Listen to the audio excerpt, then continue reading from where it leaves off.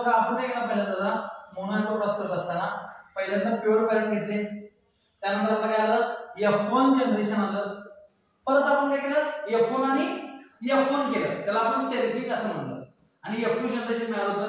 आता काय करायचं F1 जनरेशन आलं की नाही, थोडक्यात प्युअर करणं F1 जनरेशन आलं, ह्या F1 जनरेशन बरोबर इकडे बघा F1 करायचं नाही, ह्याला काय करायचं मागे घेऊन जायचं. मागे म्हणजे काय, एक तर डॉमिनंट घ्यायचा, जसं की आता कॅपिटल टी स्मॉल टी हा F1 जनरेशन आपल्याला मिळाला.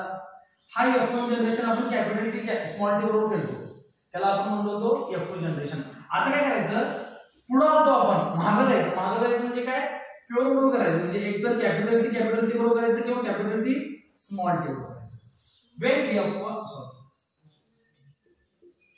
When F1 generation is crossed with dominant homozygous किंवा homozygous रेसेसिव्ह homozygous असते, कळलं? ह्या दोघांपैकी कोणाबरोबर जर बघतो त्याला आपण बॅक क्रॉस असं म्हणतो. काय म्हणतो, बॅक म्हणजे काय हो, मागे जायला. थोडक्यात पोरग्याचा आणि पोरगीचा बाबाचा लावायचं झालं. काय केलं, ह्या दोन झाडापासून आपण पुढचं झाड तयार केलं, आणि पुढच्या झाडासोबत काय करायचं मागच्या मागे यायचं, तर मागे म्हणजे बॅक क्रॉस. मग मागे येताना वर पण होते, दोघं होते ना, एक हा पण होता आणि एक हा पण होता. समजलं बेंद्रे, मी काय सांगतो का नाही वाटत का, काहीच नाही कळणार. मी तुम्हाला सांगितलं बघा, मी मला शिकवतो जर असेल तर विचारून जावं, मी तोंड बघून मला असं होतं की नाही जेवायला सोडा बाजूला करणार नाही. हे बघा आपण असं म्हणलो होतो वेन होमोझायगस म्हणजे दोन पण कॅपिटल टी क्रॉस केलं आपण स्मॉल टी, ह्याचं काय केलं आपण दोघांचं केलं म्हणजे काय असतं कॅपिटल टी स्मॉल टी काय असतं, ह्याला आपण नाव दिलं F1 जनरेशन. आता हा F1 जनरेशन काय करायचा, ह्याच्याबरोबर क्रॉस करायचा. हा F1 जनरेशन काय करायचा आपण मागच्या बरोबर क्रॉस करायचा. मागं जाणे याला आपण काय नाव दिलं बॅक क्रॉस. काय अवघड आहे, बॅक क्रॉस ह्याला आपण म्हणलं आपण बॅक क्रॉस. आता बॅक क्रॉस करत असताना जर रेसिसिव्ह बरोबर केलं तर याला म्हणायचं असते टेस्ट, ह्याला म्हणायचं असते आउट.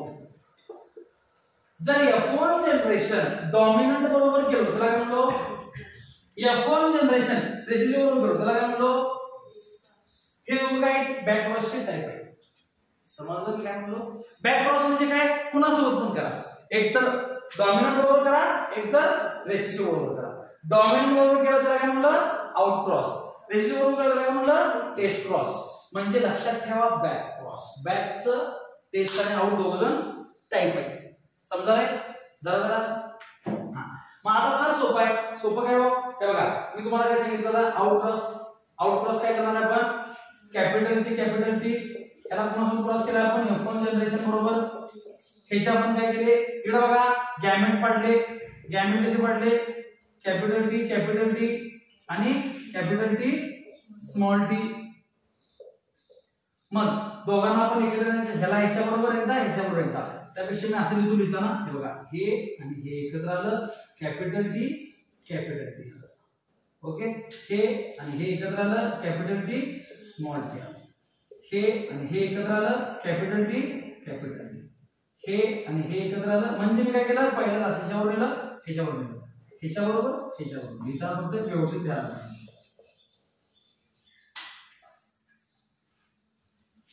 समजलं. मग आता ह्याच्यामध्ये बघा फिनोटाइपिक रेशो काय येणार याचा, टॉल किती त्याच्यामध्ये, ह्याच्यात पण कॅपिटल आहे, ह्याच्यात पण काय आहे, ह्याच्यात पण आहे आणि ह्याच्यात पण आहे. कळलं म्हणजे कशा आहे हे all are tall. Genotypic ratio कसा आहे बघा,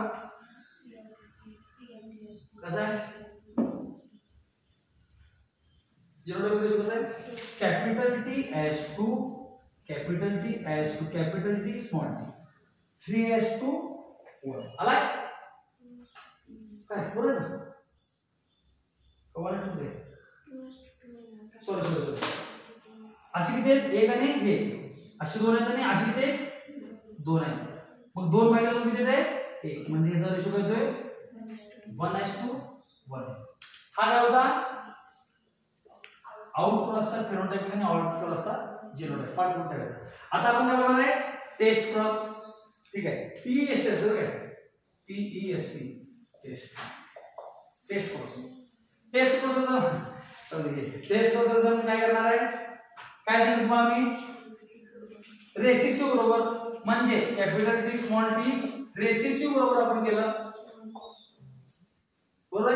मग काय बघा आता इकडे गॅमेट बघा दोन्ही वेगळे वेगळे कॅपिटल टी स्मॉल टी इथं पण दोघं वेगळे स्मॉल टी ओके. आता काय केलं आपण हा ह्याच्या बरोबर कॅपिटल टी स्मॉल टी हा ह्याच्या बरोबर कॅपिटल टी स्मॉल टी हा ह्याच्या बरोबर काय येणार स्मॉल टी हा ह्याच्या बरोबर काय येणार स्मॉल टी. आता जीनोटाइप कशी करायला बघायचा सॉरी फिनोटाइप कशी करायला टॉल एस टू डॉर्फ किती येणार त्याचा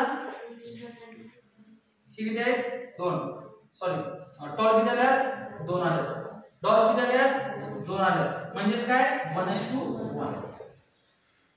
कळलं. आणि आता इथे कसं होता ऑल टॉल होता इथे कसं आलाय टॉल एस टू डॉर्फ 1:1 हे लक्षात ठेवायचं असते वेगळं काय. आणि जीनोटाइप काय आलं बघा कॅपिटल टी